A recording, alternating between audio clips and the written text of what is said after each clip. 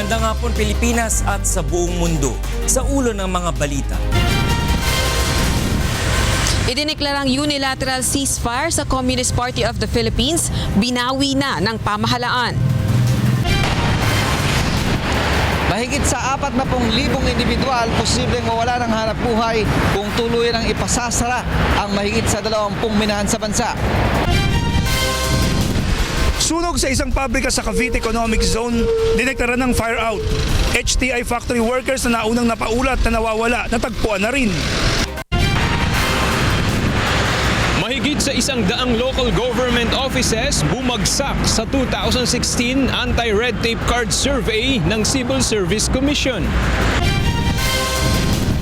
Philippine Drug Enforcement Agency naghahanda na para sa pagsasagawa ng malawakang operasyon kaugnay sa anti-illegal drug campaign ng pamahalaan.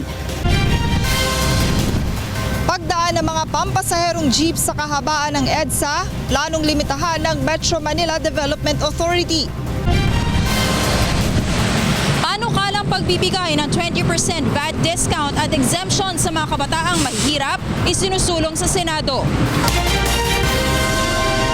Una sa ating mga balita ngayong hapon, binawi na ni Pangulong Rodrigo Duterte ang idineklarang tigil putukan ng pamahalaan sa mga rebeldeng komunista.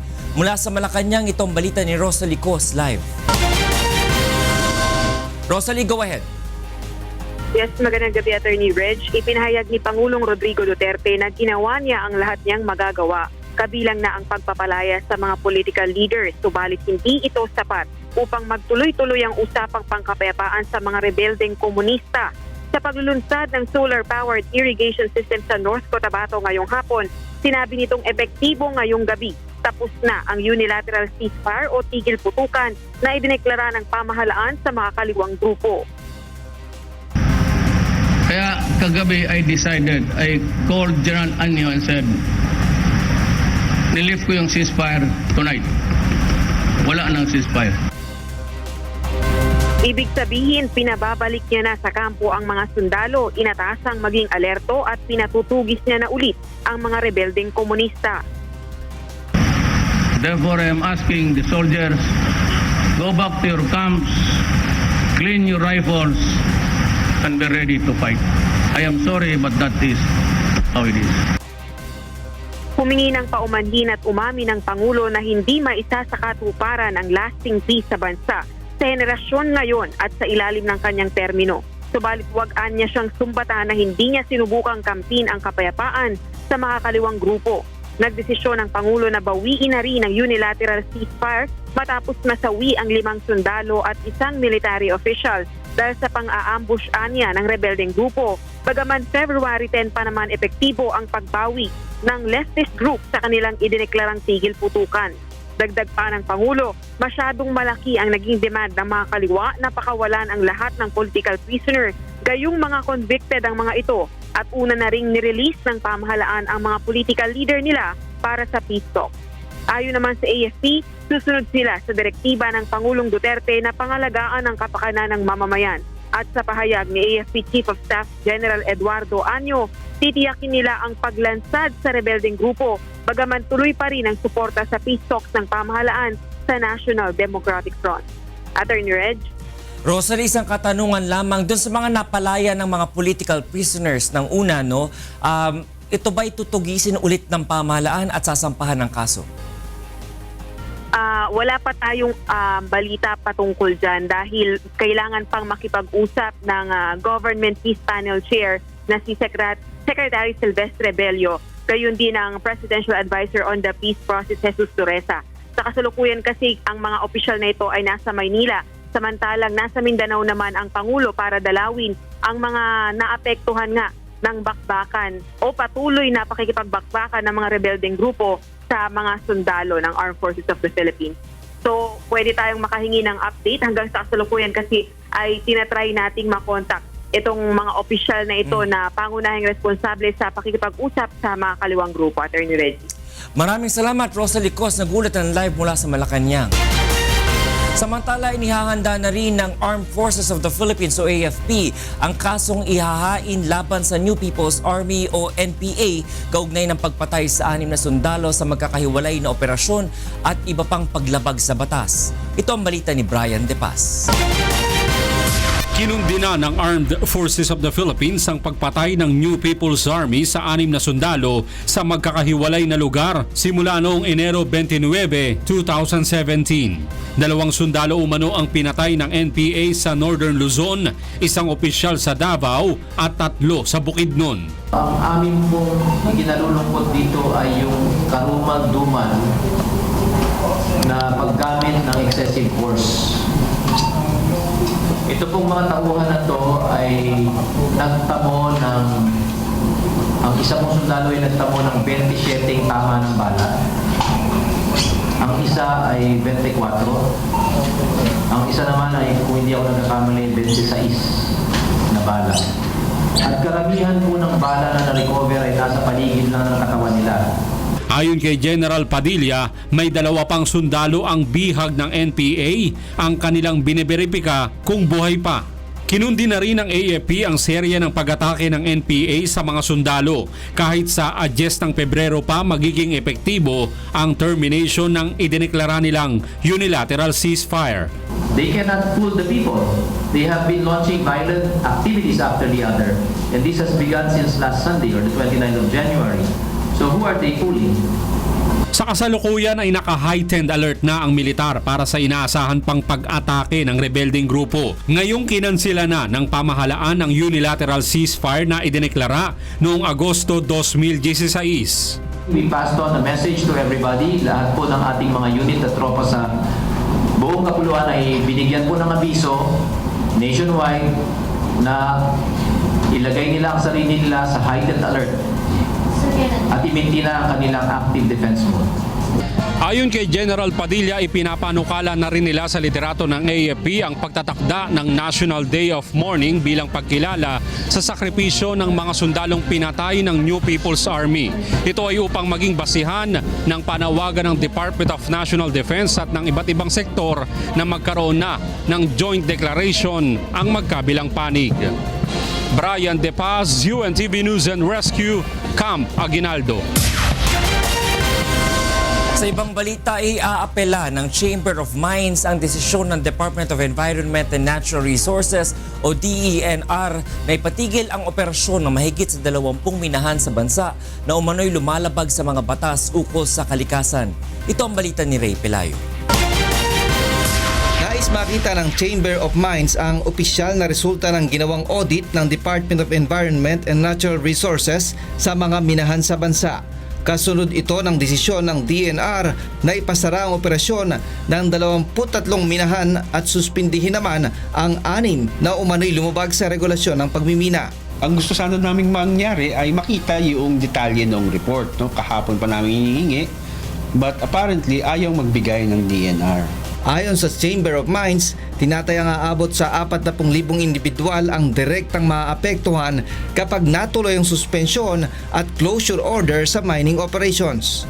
Dagdag mo na dyan yung pamilya nila at yung mga negosyong nakaasa sa mina doon sa community.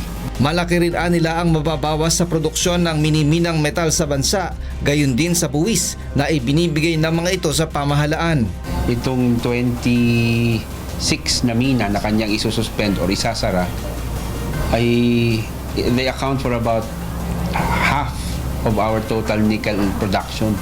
Inihayag din ng DENR na 15 sa mga ipasasarang minahan ay nag-ooperate sa mga watershed.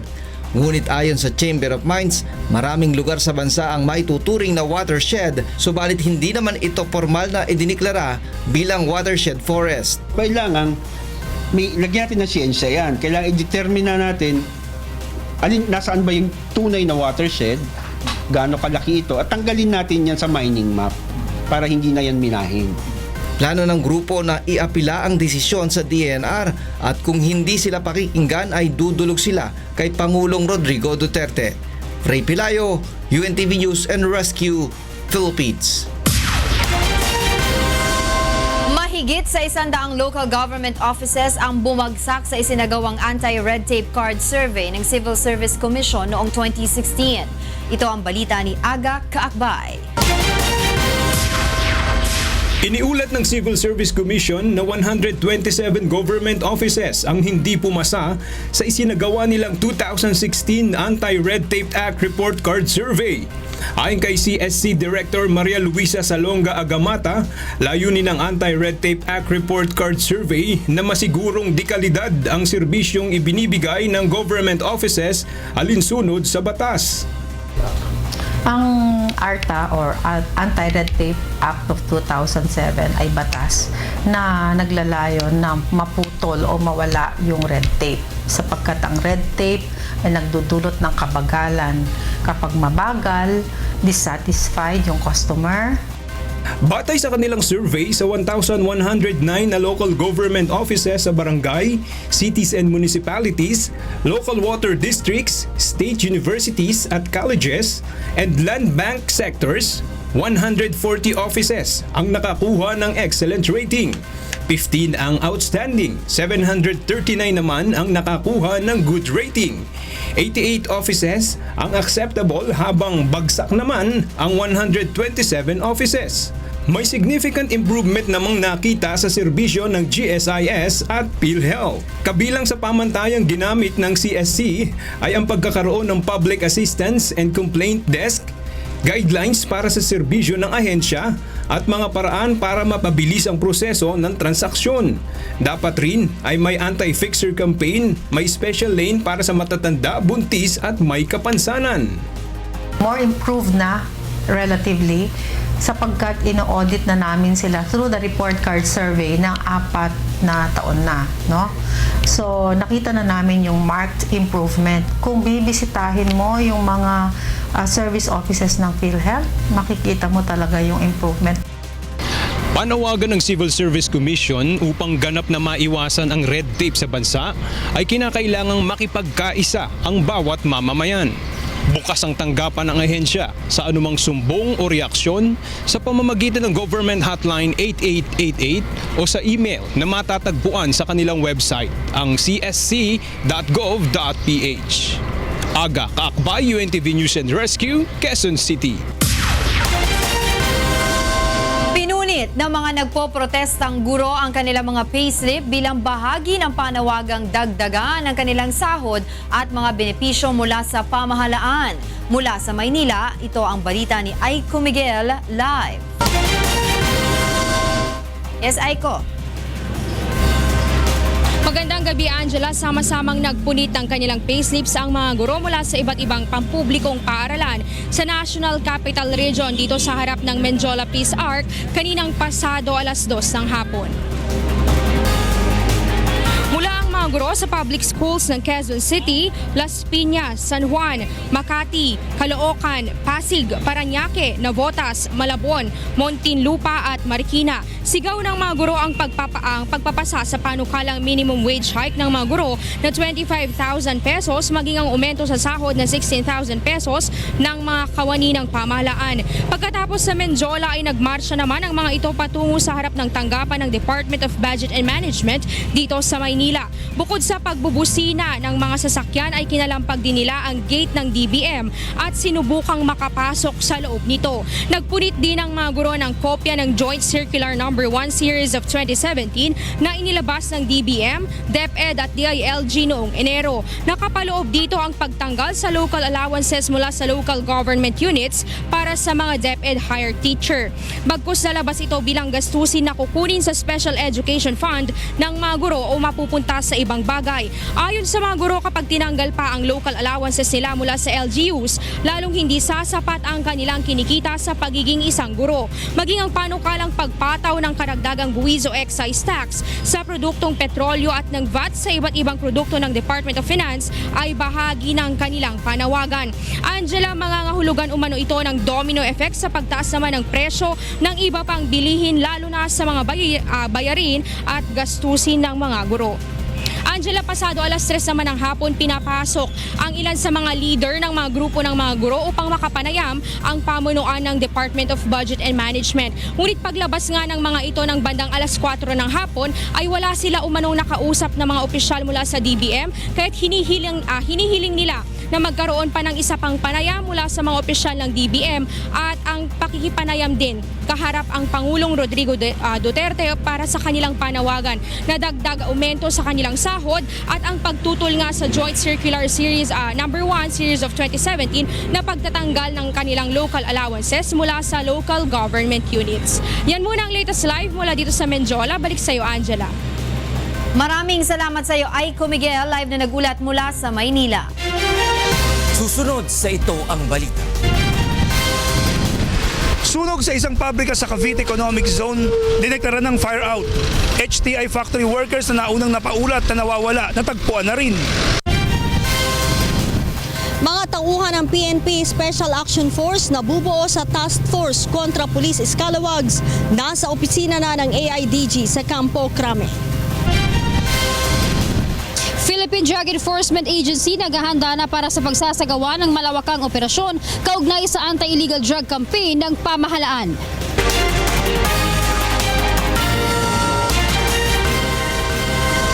Isinusulong sa Senado ang panukalang pagbibigay ng value-added tax discount sa mga tinatawag na junior citizen ng bansa o yung mga bata hanggang 12. Ito ang balita ni Joyce Balancio.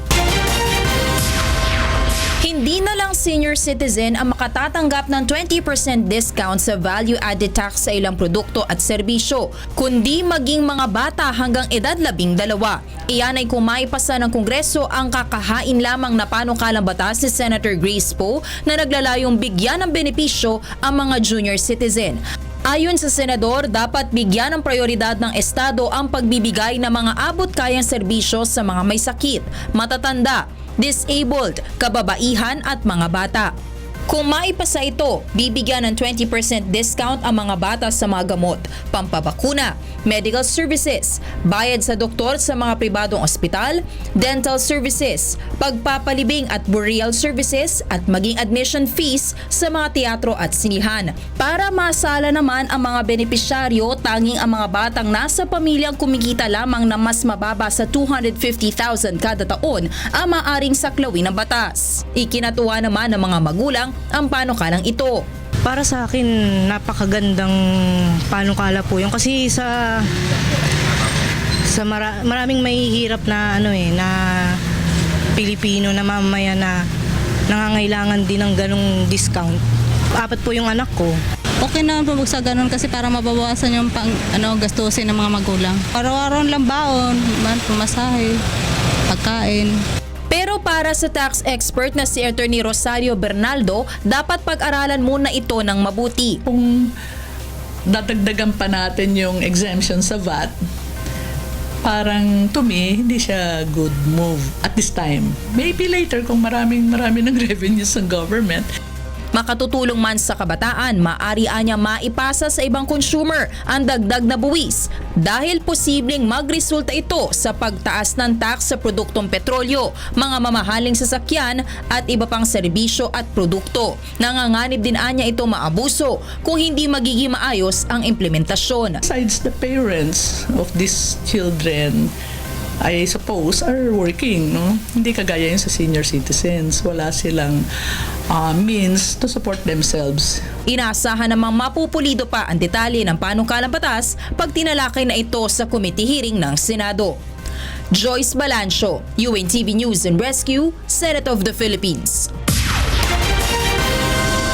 Formal nang ipinatitigil ng Department of Justice o DOJ ang operasyon ng National Bureau of Investigation o NBI laban sa illegal na droga. Kasunod na rin ito ng naging pahayag ni Pangulong Rodrigo Duterte na nawalan na siya ng tiwala sa NBI matapos masangkot sa kasong kidnapping at pagpatay sa Korean national ang ilan sa mga tauhan nito.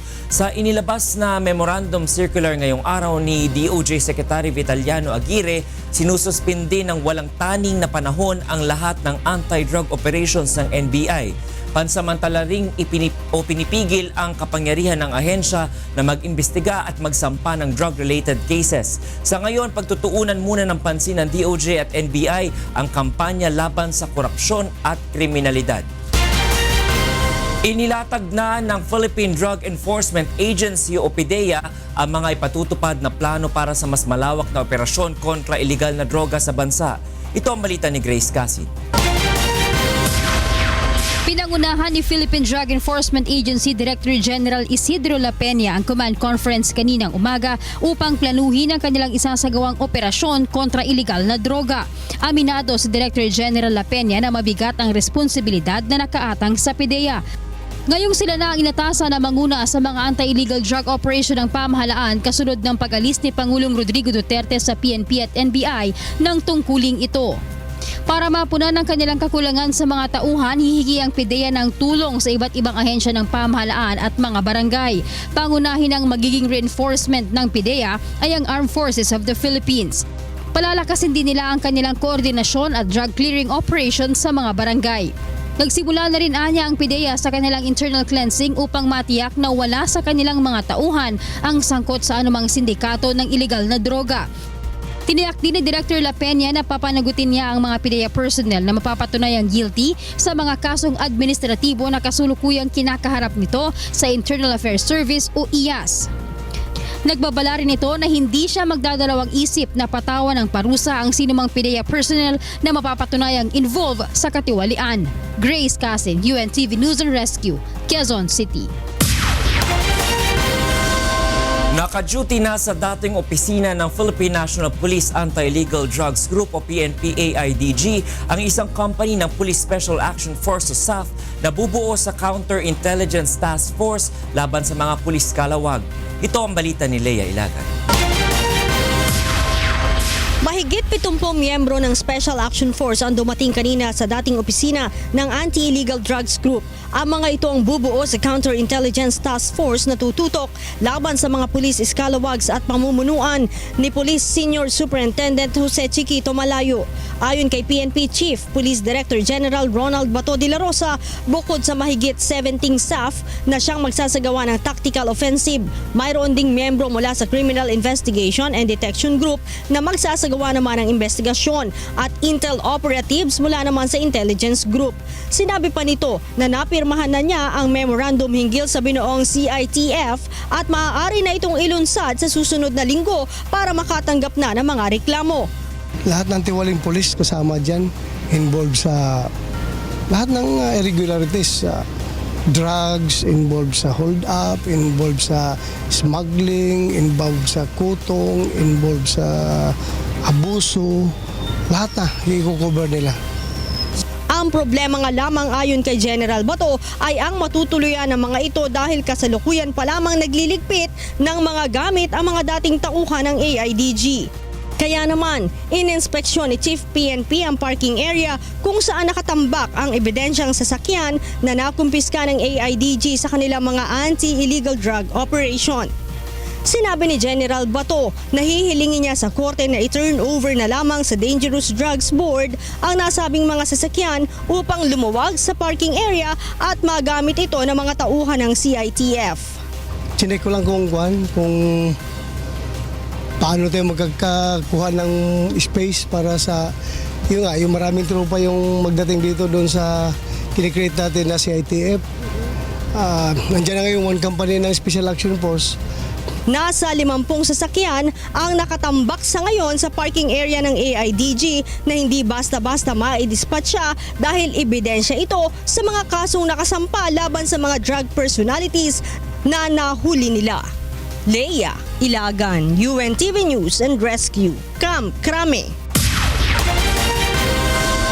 Hindi dumalo si Superintendent Rafael Dumlao sa pagdinig ng Department of Justice o DOJ kaugnay ng reinvestigation sa G.I.C.Ju kidnap slay case. Si Dumlao ang itinuturong mastermind sa pagdukot at pagpatay sa negosyanteng si G.I.C.Ju. Mula sa Maynila, itong balita ni Roderick Mendoza live.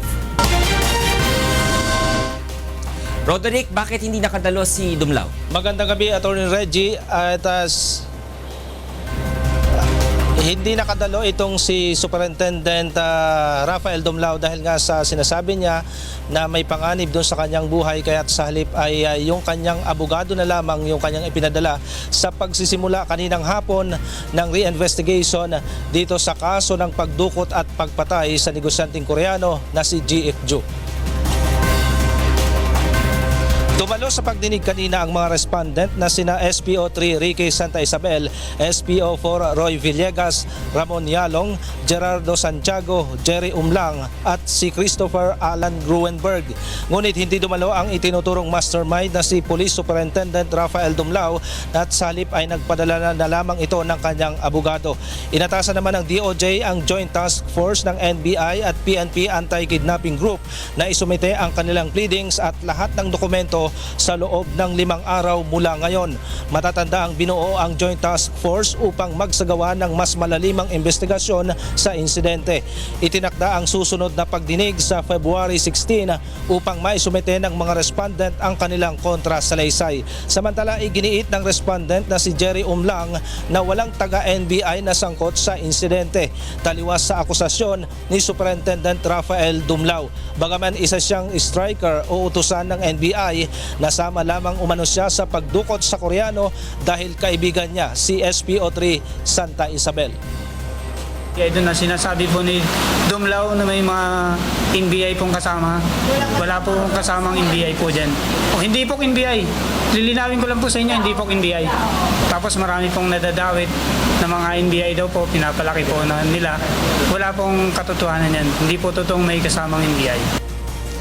Isinumite naman ni Gerardo Santiago na may-ari ng puneraryang pinagdalhan sa bangkay ng biktima ang lahat ng ebidensya na hawak niya, kabilang na ang CCTV footage ng Grim Funeral Services at ang cellphone na ginamit niya sa pakikipagtransaksyon kay Santa Isabel.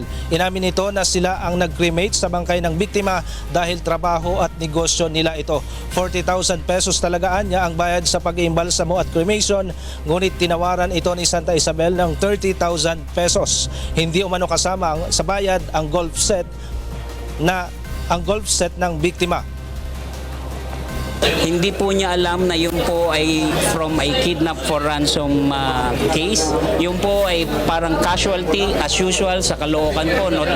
Kahit magtanong kayo sa mga punerarya doon, hindi lang po yung kliyente ko ang tumatanggap ng bangkay from police officers. Attorney Reggie, may aplikasyon na sa Witness Protection Program itong si Gerardo Santiago at ayon pa nga sa kanyang abogado, may mga pulis din na nagdadala ng mga bangkay sa punerarya ng kanyang kliyente mula sa mga tokhang operations. Attorney Reg. Maraming salamat, Roderick Mendoza, nag-uulat ng live mula sa Maynila.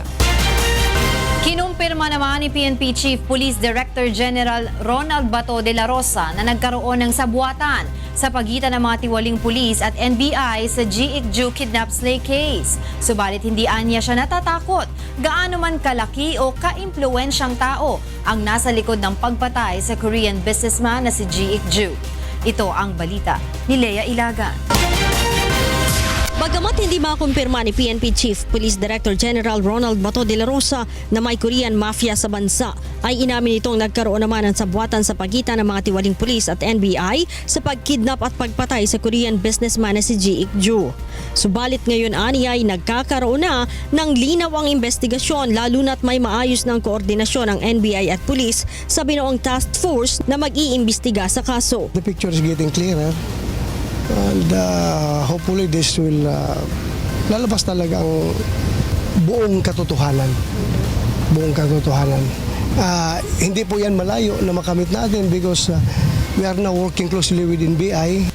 Sinabi pa ni General de la Rosa, hindi sila uurong sa isinasagawang investigasyon ng PNP hanggat hindi na pananagot lahat ng nasa likod ng kaso, gaano man ito kalaki o ka-impluwensyang tao. Pero ako hindi ako matakot.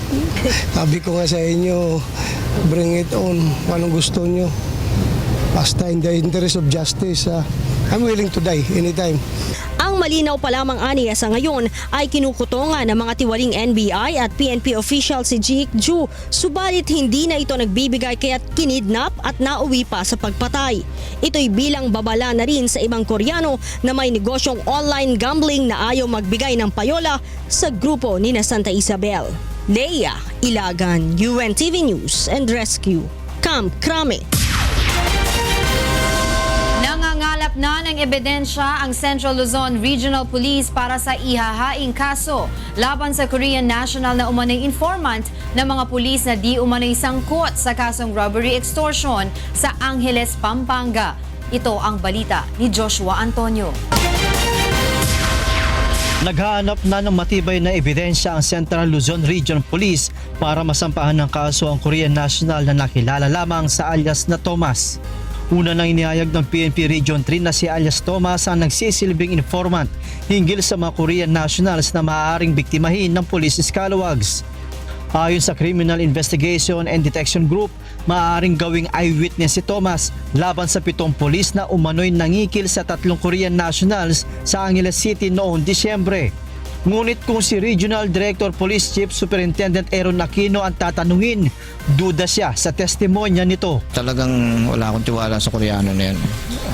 Although initially, when we got his statement, we cannot even link him on that particular case.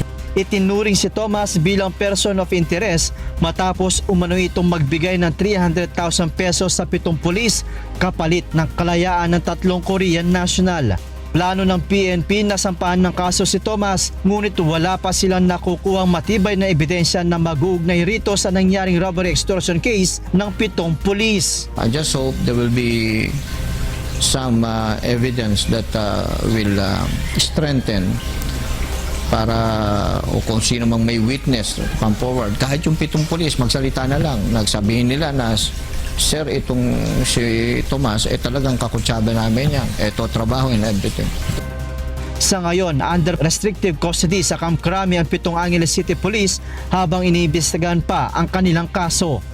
Hilingin rin ng CIDG ang agarang paglalabas ng search warrant ng piskal sa Angeles RTC laban sa mga ito.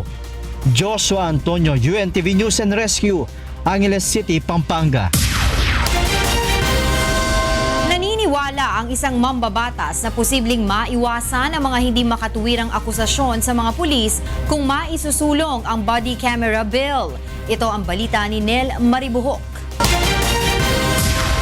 Base sa 2014 Annual Report ng Commission on Human Rights, umabot sa mahigit 6,000 bagong reklamo ng iba't ibang kaso ng paglabag sa karapatang pantao ang natanggap ng ahensya. Mahigit 10,000 rito ay mga biktima at 7,096 ang respondents na kinabibilangan ng mga pulis. Ayon kay Muntinlupa Representative Rufy Biason, maaari sanang maiwasan ang mga maling akusasyon sa mga pulis o law enforcement agency personnel kung maipapasa ang ipinapanukala niyang body cam bill. So sa pamamagitan ng body camera, merong video record ng operations na ginagawa ng ating kapulisan. Maiiwasan dito yung mga unfair accusation laban sa ating mga kapulisan na pagka sinasabi na they are violating human rights. Sa ilalim ng isinusulong na House Bill No. 2741, magiging bahagi na ng mandato ng Philippine National Police at iba pang law enforcement agency ang pagsusuot ng body camera kapag sila ay magsasagawa ng operasyon tulad ng anti-drug, carnapping, cybercrime at pagsisilbi ng warrant of arrest. Sa paraang ito, maiiwasan ang pang-aabuso ng mga pulis at magagamit pa ang footage bilang ebidensya sa kaso. Anya, napapanahon na ang pagsusulong ng panukala dahil na rin sa kampanya ng Administrasyon Duterte laban sa iligal na droga. Kung hindi man sila makuha on video at sinadyang hindi on yung video, at least ang suspicion ngayon ay nandoon against the law enforcer. Kapag naisabatas, maaaring maharap sa kaukulang parusa ang sinumang lalabag na law enforcers. Nel Maribuhok, UNTV News and Rescue, House of Representatives. Nagsasagawa na ng initial mapping and flooding operation sa mga otoridad sa nasunog na pabrika sa Cavite Economic Zone matapos itong ideklarang fire out kaninang hapon. Mula sa Cavite, ito ang balita ni Randy Forastero, live. Randy, go ahead. Yes, Angela. Matapos ang mahigit sa 40 oras, idineklara na ng fire out ang tunog sa isa sa 4 na factory ng House Technology Industries o HTI na nasa loob ng Cavite Economic Processing Zone. Ayon kay Cavite Governor Christine Boying Rimulya, alas 4:15 ng hapon nang maapulan ng tuluyan ng BFP ang sunog sa pabrika na nagsimula pa noong Miyerkules ng hapon. Ayon kay Governor Rimulya, naganda na rin sila ng mahigit 200 body bag sakaling may makita silang bangkay sa gagawing mapping at flooding operation. Samantala, sinabi rin ni Governor Rimulya na all accounted na o natagpuan na ang lahat ng HTI factory workers na naunang napaulat na nawawala. Sa ngayon ay wala pa rin umanong naitalang nasawi sa nangyaring sunog. Sa 126 na naitalang nasugatan sa insidente, 41 ang nananatiling sa ospital, kung saan 6 ang nasa kritikal na kondisyon. 4 na ang lumabas ng ospital at 81 ang outpatient. Karamihan sa mga nagtamo ng severe burns ay ang mga line leader na pinauna umano ang kanilang mga subordinate na makalabas ng factory nang mangyari ang sunog. Ayon sa ilang empleyado, nagsimula ang sunog sa insulation room ng isa sa mga gusali ng pabrika. Kahapon ay nakunan ng UNTV drone na nilalamon ng apoy ang 6 na ektaryang lawak ng pabrika. Sinagot naman ng pamunuan ng HTI ang bayarin sa pagpapagamot sa ospital ng mga nasugatan. Samantala, pinag-aaralan na ng kumpanya ang pag-outsource ng kanilang mga empleyado sa kanilang sister company dahil sa inaasahang matagal na pagbabalik operasyon ng nasunog na pabrika. Ang HTI ay may kabuuang 13,000 factory workers at bukas ay isasagawa ang full mapping and flooding operations mula sa nasunog ng pabrika. At yan muna ang ating update live mula dito sa General Trias, Cavite. Balik sa inyo sa studio. Maraming salamat sa iyo, Randy Forastero, live na nagulat mula sa Cavite. Isang lalaki ang nasawi matapos matrap sa loob ng nasusunog niyang bahay sa Quezon City. Habang sa Tondo, Manila naman ay halos 200 pamilya ang nawala ng tirahan dahil pa rin sa sunog. Ito ang balita ni Asher Kadapan. Wala ng buhay nang matagpuan ng mga otoridad ang katawan ng 22 anyos na si JP Nilusgin matapos ang nangyaring sunog sa Don Carlos Street, Barangay Holy Spirit sa Quezon City kagabi. Sa inisyal na investigasyon ng Bureau of Fire Protection, maaaring natrap sa loob ng bahay ang lalaki lalo't na pag-alaman mula sa asawa nito na lasing ang biktima ng sumiklab ang apoy. Mabilis itong kumalat sa mga katabing bahay na gawa lamang sa light materials. 12 pamilya ang kabuuang naapektuhan ng sunog na umabot sa ikalawang alarma. Samantala, hindi naman bababa sa 100 bahay ang nasunog sa Roberto Oca Street sa Barangay 650, Tondo, Maynila, pasado alas 3 kaninang madaling araw. Sa pagtaya ng BFP, aabot sa 2 milyong piso ang halaga ng ari-ariang napinsala sa sunog na umabot sa ikalimang alarma. Nasa 200 pamilya ang nawala ng tirahan na karamihan ay walang naisalbang gamit. Pagbabako ng bahay ko dyan, ayan na, apoy na. Kaya wala na kaming nadala miski na doon sa mga gamit namin doon. Patuloy nang inaalam ang sanhi ng magkahiwalay na sunog. Asher Kadapan, UNTV News and Rescue, Philippines.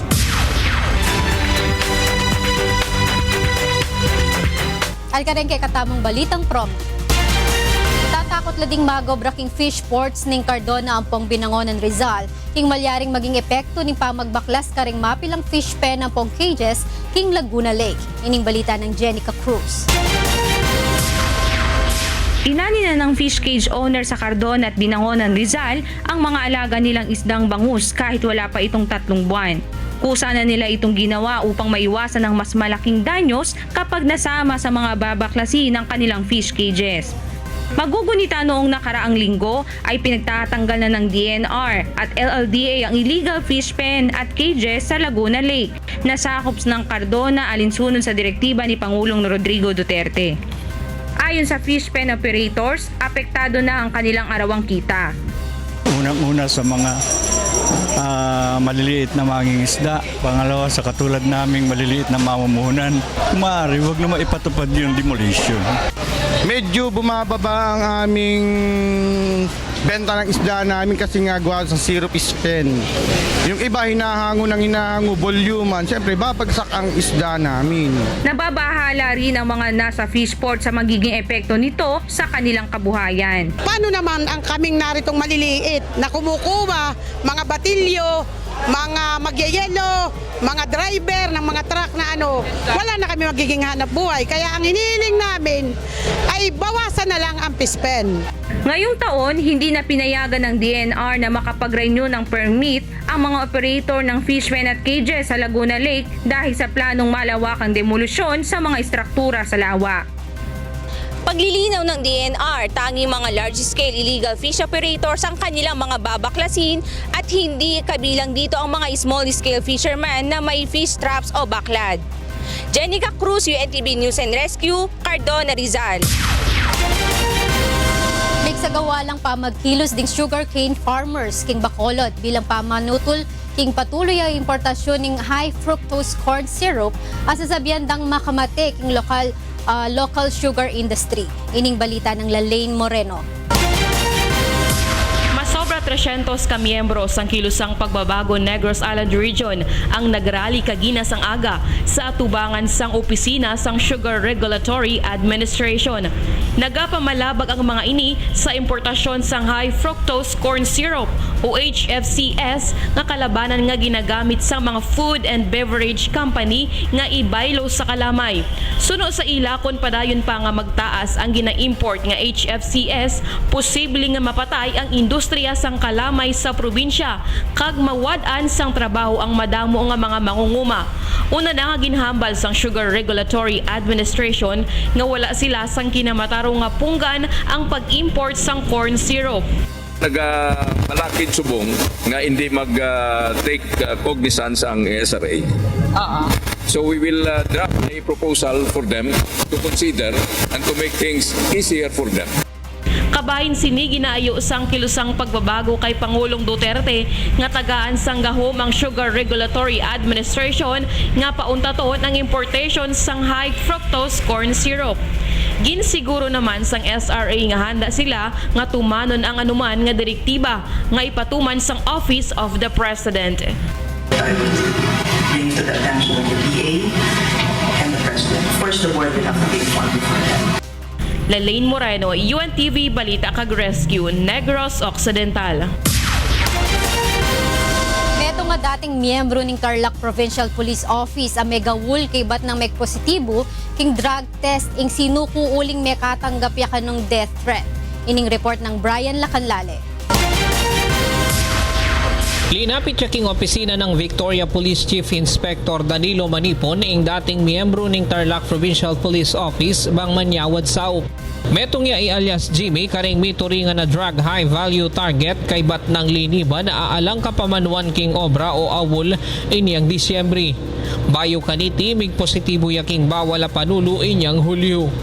Sinuko yang kusa pauli ni nga tatanggap ng pamagbantaking kayang biye. Nasabi po sa akin na may mga pumuput ng mga iba-ibang sasakyan, mga ibang tao na umaaligid doon sa aming tinitirhan. Sa Jayang Makatalagaking Intelligence Division ng Tarlac, o nang linipat deking National Headquarters kabang lilitisan deing kayang kaso. I would advise him to go back to kung saan unit niya. Although dito siya nag-surrender sa amin. Makasadya niya man ng Tarlac PPO ang mamye seguridad nung adwana iti. Kagum niti, pinilmining bayong mi talagang OIC Provincial Director ning Tarlac asusundura ing pamaglinis kilob ning kapulisan ning probinsya. Dapat kilalanin ng mga chief of police kung sino yung mga tao nila, kung anong ginagawa ng mga tao nila. Brian Lacanlale, UNTV News and Rescue, Tarlac. At yan yung kakatamang balita, bating miyayaliwang lugar ng kakatamang bansa. Ako'y Frima Salonga Gloria, Maya Pabeng.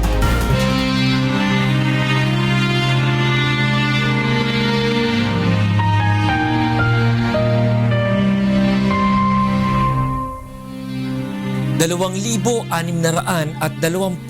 na araw na po ang nakalipas mula na maganap ang malagim na Maguindanao Massacre. Ngunit hanggang ngayon ay naghahanap pa rin tayo ng katarungan sa mga biktima ng malagim na krimen. At sa tila madilim na inaharap ng kaso, hindi po bibitiw ang UNTV sa labang ito hanggang makamit ang katarungan hindi lamang para sa aming 4 na kasamahan, kundi sa lahat ng mga biktima ng karumal-dumal na pamamaslang. Susunod sa ito ang balita. Pagdaan pagdadaan ng mga pampasaherong jeep sa kahabaan ng EDSA, planong limitahan ng Metro Manila Development Authority. Plano naman ngayon ng Metropolitan Manila Development Authority o MMDA na limitahan ang bilang ng mga pumapasadang pampasaherong jeep upang mapaluwag ang daloy ng trapiko sa kahabaan ng EDSA. Ito ang balita ni Joe Anano. Sa susunod na linggo, sisimula na ng Metropolitan Manila Development Authority o MMDA ang paglilimita sa mga pampasaherong jeep na dumaan sa EDSA. Layon pa rin ito na maibsan ang mabigat na daloy ng mga sasakyan at mapabilis ang oras ng biyahe ng mga motorista. Sa ilalim ng bagong regulasyon, hindi napapayagan dumaan sa EDSA ang mga pampasaherong jeep. Aalisin na rin ng MMDA ang ilang orange barrier sa kalsada upang madagdagan ang linyang daraanan ng pampasaherong bus sa EDSA northbound. Uunahing ipatupad ang polisiya sa EDSA Guadalupe at apektado nito ang mga jeep na may rutang Pateros at Fort Bonifacio sa Taguig. Here in Guadalupe, nakipag-usap na po kami sa mga involved na organisasyon ng jeepneys. Tatanggalin na namin and it will be now available to at the very least of the buses.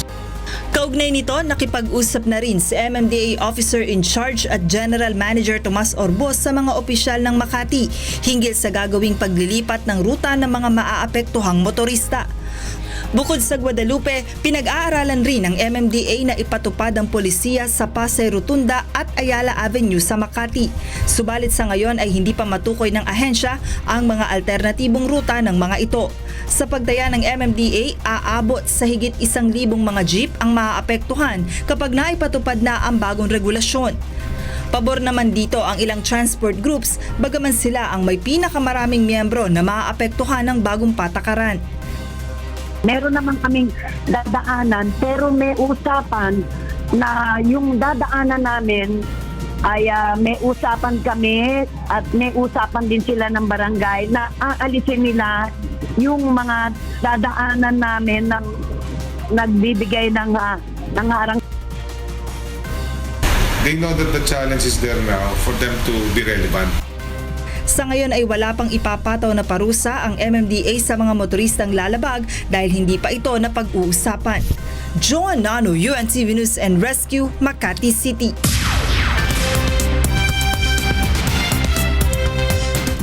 And for the news abroad, U.S. Defense Secretary Jim Mattis warned North Korea on Friday of an effective and overwhelming response if Pyongyang chooses to use nuclear weapons.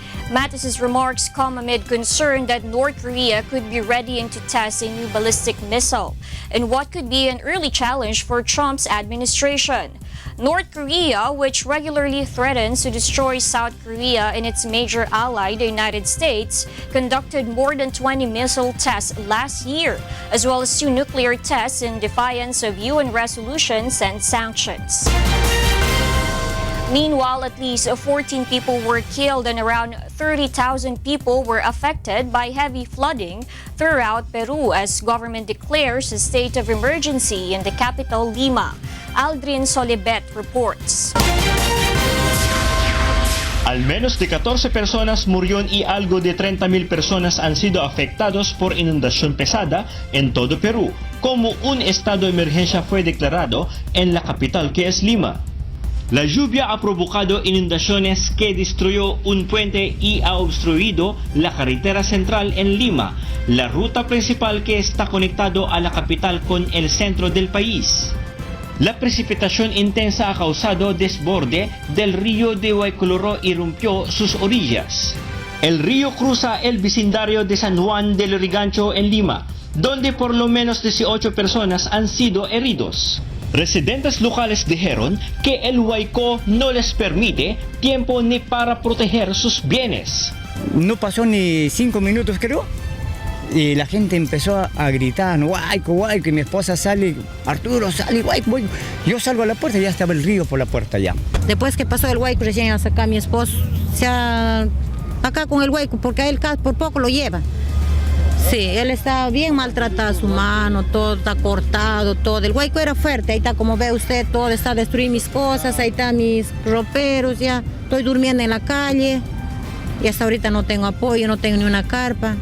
Víctimas de la inundación fueron vistos guardando sus bienes, mientras tanto a los demás estaban evacuados por la defensa civil.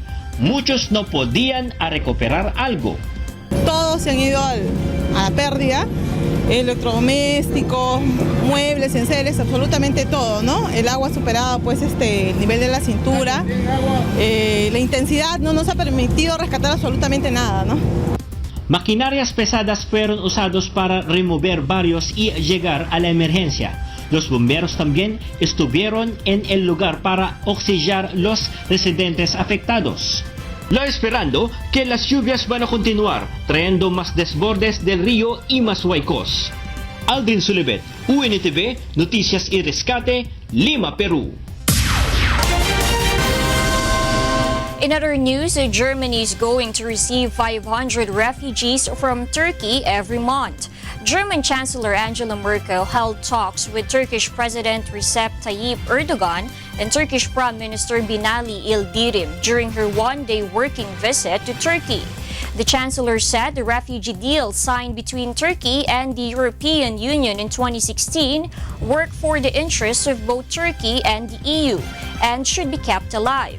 According to the deal, Turkey will stop refugees from smuggling into Europe, while the EU offers 6 billion euros in aid for refugees being sheltered in Turkey. And those are the stories making headlines from around the world. I'm Darlene Basingan. Good evening.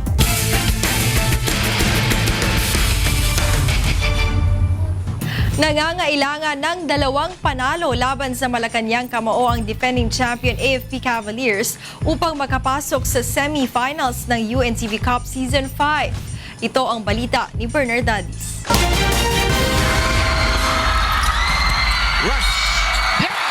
Positibo ang defending champion AFP Cavaliers na magtutuloy-tuloy ang kanilang magandang play sa nalalapit nilang bakbakan ng Malacanang Kamao sa quarterfinals ng UNTV Cup Season 5 na gaganapin sa Pasig City Sports Center sa Linggo alas 5 ng hapon. Ito ay kahit nasa twice to beat advantage ang Kamao team. Ayon sa Cavaliers, hindi sila papayag na malaglag sa torneo at hindi maidepensa ang kampyonato. Kapag natalo ang AFP sa Malacanang sa Linggo ay magpapaalam na sila sa liga. Yun naman ang game ng AFP na nag-champion kami. Saka defending champion, sabi ko nga sa kanila, guys, hindi tayo pwede maulog, defending champion tayo. Ang AFP na may 6-4 win-loss record ay nagpakita ng impresibong panalo sa kanilang huling 2 laban kontra sa top 2 team na Judiciary Magis noong January 15 at BOC Transformers noong January 22. Hindi namin magagawa yan kundi sa effort ng mga players ko, coaching staff. Yung last 2 games namin, yun yung pinakamahirap na practice At least nag-paid off. 2 beses nang nagsagupaan ng AFP at Malacanang ngayong season, kung saan tinalo ng Malacanang ang AFP noong October 30 at tinalo naman ng AFP ang Malacanang noong December 4. Kaya naman sa Linggo, asahan na ang mainit na bakbakan ng 2 koponan na kapwa na nga kung maghahanda ng husto. Hard work pa rin sa practice, yung sama-sama, yun pa rin, ganun pa rin. So walang magbago, continue practice pa rin. Now, mas nagje-gel na kami, mas maganda na yung chemistry, mas kilala nila na yung bawat isa. And I think magandang baon yun, entering yung susunod na round natang games natin. Sa ngayon, ang powerhouse BOC Transformers at ang 2-time champion Judiciary Magis ang pasok na sa semifinals ng UNTV Cup Season 5. Ang magwawagi sa alinman sa AFP at Malacanang ang makakalaban ng alinman sa BOC Transformers at Judiciary Magis na may twice to beat advantage sa semifinal round. Bernard Dadis para sa UNTV Cup Season 5.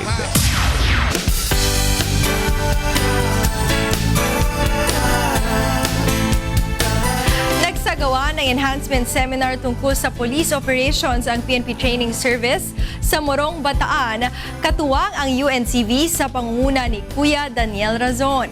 Ito ang balita ni Brian Evangelista.